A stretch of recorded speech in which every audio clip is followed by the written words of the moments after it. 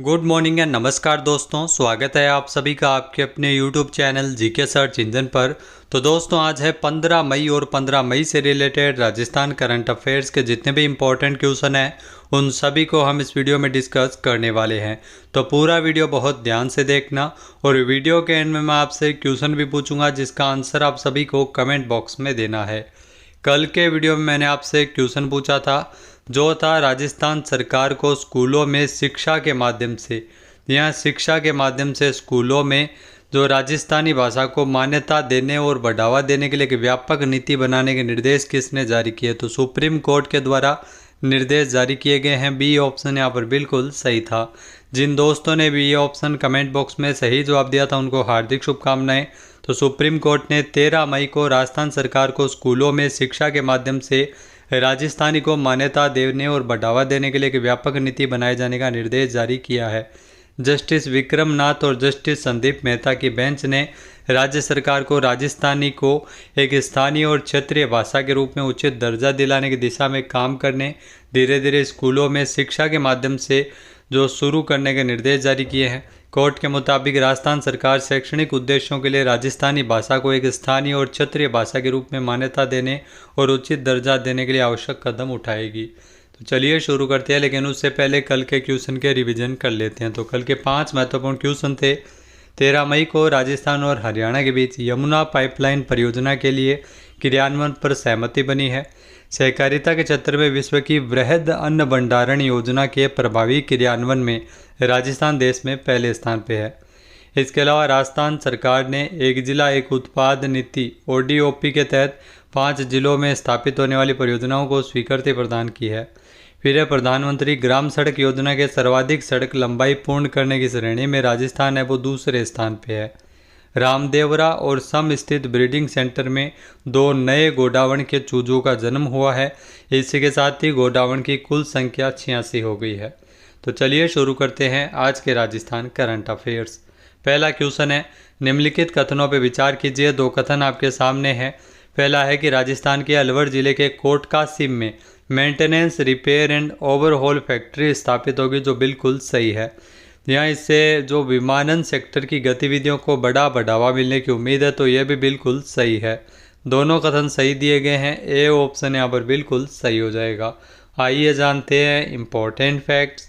तो दोस्तों राजस्थान के अलवर ज़िले के कोटका सिम में मेंटेनेंस, रिपेयर एंड ओवरहॉल जो MRO फैक्ट्री स्थापित किए जाने की योजना पर कार्य चल रहा है, जो कि NCR क्षेत्र का पहला बड़ा MRO हब है। मुख्य उद्देश्य दिल्ली मुंबई इंडस्ट्रियल कॉरिडोर के तहत इस क्षेत्र को एरोस्पेस और डिफेंस हब के तौर पर विकसित करना है।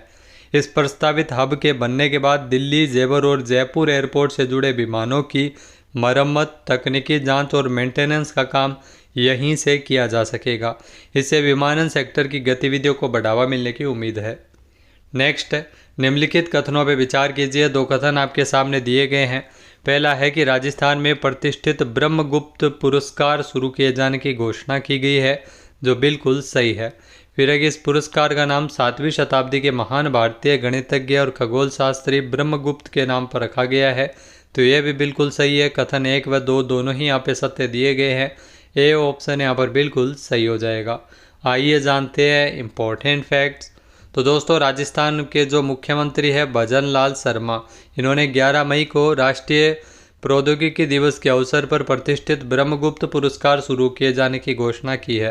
ये पुरस्कार विज्ञान, गणित, नवाचार और अनुसंधान के क्षेत्र में योगदान के लिए प्रतिभाशाली जो व्यक्तियों, वैज्ञानिकों और छात्रों को सम्मानित करने के लिए दिया जाएगा।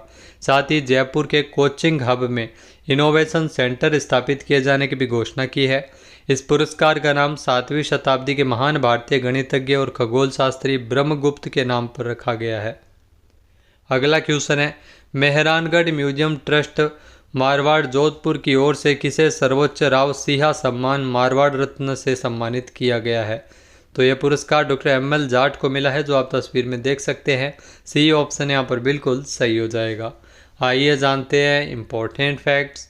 तो दोस्तों भारतीय कृषि अनुसंधान परिषद के जो महानिदेशक हैं कृषि अनुसंधान शिक्षा विभाग के सचिव डॉक्टर ML जाट, इनको मेहरानगढ़ म्यूजियम ट्रस्ट मारवाड़ जोधपुर की ओर से सर्वोच्च राव सिंहा सम्मान मारवाड़ रत्न से नवाजा गया है, जोधपुर के महाराजा गज सिंह ने डॉक्टर जाट को अंग वस्त्र, श्रीफल और प्रशस्ति पत्र एवं 1 लाख रुपए की प्रोत्साहन राशि, स्मृति चिन्ह भेंट कर सम्मानित किया।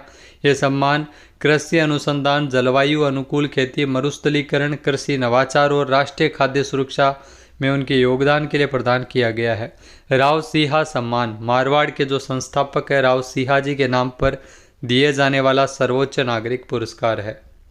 नेक्स्ट, निम्नलिखित कथनों पर विचार कीजिए। 2 कथन आपके सामने है।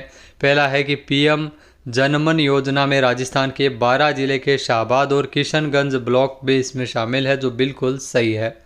फिर है कि सहरिया जनजाति राजस्थान की एकमात्र ऐसी जनजाति है जो इस योजना की श्रेणी में शामिल है, जो बिल्कुल सही है। कथन 1 व 2 दोनों ही यहाँ पे सत्य दिए गए हैं। सी ऑप्शन यहाँ पर बिल्कुल सही हो जाएगा। आइए जानते हैं इम्पोर्टेंट फैक्ट्स। तो सहरिया जनजाति का सशक्तिकरण के लिए जो पीएम जनमन योजना यानी प्रधानमंत्री जनजाति आदिवासी न्याय महाअभियान पीएम जनमन का पूरा नाम है, राजस्थान के 12 जिले के शाहबाद और किशनगंज ब्लॉक जो मुख्य रूप से सहरिया जनजाति के बाहुल्य क्षेत्र है, भारत सरकार के द्वारा सहरिया जनजाति को विशेष रूप से कमजोर जनजातीय समूह के रूप में वर्गीकृत किया गया है। राजस्थान की एकमात्र ऐसी जनजाति है जो कि इस श्रेणी में शामिल है। पीएम जनमन योजना प्रधानमंत्री जनजाति आदिवासी न्याय महाअभियान की शुरुआत 15 नवंबर 2023 को हो चुकी थी। इस योजना का मुख्य उद्देश्य कमजोर जनजातीय समूहों को घर, पानी, स्वास्थ्य, शिक्षा, सड़क जैसी बुनियादी सुविधाएं प्रदान करना है। नेक्स्ट, रिको के द्वारा वित्तीय वर्ष 2025-26 में पिछले 10 वर्षों का जो रिकॉर्ड तोड़ते हुए हर दिन औसतन कितने औद्योगिक भूखंड आवंटित किए गए हैं? तो 6 औद्योगिक भूखंड आवंटित किए गए हैं। सी ऑप्शन यहाँ पर बिल्कुल सही है। आइए जानते हैं इम्पोर्टेंट फैक्ट्स। तो दोस्तों आपको बता दें कि जो राजस्थान राज्य औद्योगिक विकास एवं निवेश निगम रिको ने साल 2025-26 में शानदार प्रदर्शन करते हुए नए कीर्तिमान स्थापित किए हैं।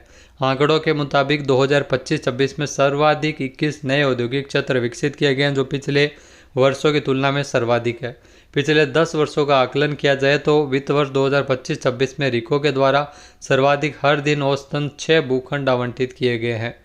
यहाँ कुल 2072 भूखंड आवंटित किए गए, जो पिछले वर्ष के मुकाबले 135% अधिक है। इस अवधि में 21 नए औद्योगिक क्षेत्र खोले गए, यानी हर 17 दिन में एक औसतन औद्योगिक क्षेत्र, जो पिछले 10 वर्षों में सर्वाधिक है। साथ ही वर्ष 2025-26 में नए निवेश हेतु औद्योगिक क्षेत्रों की स्थापना के उद्देश्य से 10,440 एकड़ भूमि का अधिग्रहण किया गया, जो पिछले 10 वर्षों में सर्वाधिक है। अब बात करते हैं सूजस ई प्रश्नोत्तरी संख्या 83 की, जो कि 13 मई को प्रकाशित की गई थी। पहला है 12 जिले के शाहबाद और किशनगंज ब्लॉक में जो विशेष रूप से किस जनजाति के बाहुल्य क्षेत्रों को पीएम जनमन योजना से जोड़ा गया? तो अभी बढ़ा है सहरिया जनजाति को इसमें शामिल किया गया है। डी ऑप्शन यहाँ पर बिल्कुल सही है। नेक्स्ट है सहकारिता क्षेत्र में विश्व की जो बृहद अन्न भंडारण योजना के प्रभावी क्रियान्वयन में राजस्थान का देश में कौन सा स्थान है? तो इसमें ध्यान रखना राजस्थान का पहला स्थान है। अभी पढ़ा है हमने रिवीजन में, तो ए ऑप्शन बिल्कुल सही है। नेक्स्ट है राजस्थान में कक्षा 1 से 12वीं तक एकीकृत शिक्षा उपलब्ध करवाने वाले कुल कितने विद्यालय वर्तमान में संचालित है, जो कि प्राथमिक, उच्च प्राथमिक, माध्यमिक एवं उच्च माध्यमिक स्तर के शिक्षा को जो एक ही स्थान पर प्रदान करते हैं? तो इसमें ध्यान रखना 27,889 इसमें विद्यालय शामिल है। सी ऑप्शन बिल्कुल सही है। इसके अलावा जो नेक्स्ट है कि मोबाइल वेटरनरी यूनिट योजना, जिसके वित्तीय पोषण के संबंध में केंद्र और राज्य सरकार का क्रमशः हिस्सेदारी कितनी है? तो 60-40 की इसमें हिस्सेदारी है। बी ऑप्शन बिल्कुल सही है। नेक्स्ट है पंच गौरव योजना में एक जिला एक खेल के तहत प्रतापगढ़ जिले का खेल कौन सा है? तो इसमें तीरंदाजी है, वो प्रतापगढ़ का खेल है। अब बात करते हैं आज के हमारे क्विज के, जिसका आंसर आप सभी को कमेंट बॉक्स में देना है। तो आज का क्विज है राजस्थान सरकार ने एक जिला एक उत्पाद नीति ODOP के तहत कितने जिलों में स्थापित होने वाली परियोजनाओं को स्वीकृति प्रदान की है? एक बार फिर से सुनेगा, राजस्थान सरकार ने एक जिला एक उत्पाद नीति यानी ODOP के तहत कितने जिलों में स्थापित होने वाली परियोजनाओं को स्वीकृति दी है? सही आंसर आपको कमेंट बॉक्स में देना है। और अगर ये वीडियो आपको पसंद आए तो इसे आप लाइक और शेयर करना बिल्कुल ना भूलिएगा। चैनल पर नए जुड़े हो, सब्सक्राइब नहीं किया है तो भी सब्सक्राइब बटन पर क्लिक करें। इस वीडियो की जो PDF फाइल है वो आप वीडियो के डिस्क्रिप्शन बॉक्स से डाउनलोड कर सकते हैं। क्वेश्चन आंसर आप वोट करके भी कर सकते हैं। वीडियो देखने के लिए धन्यवाद। जय हिंद, जय भारत, जय राजस्थान।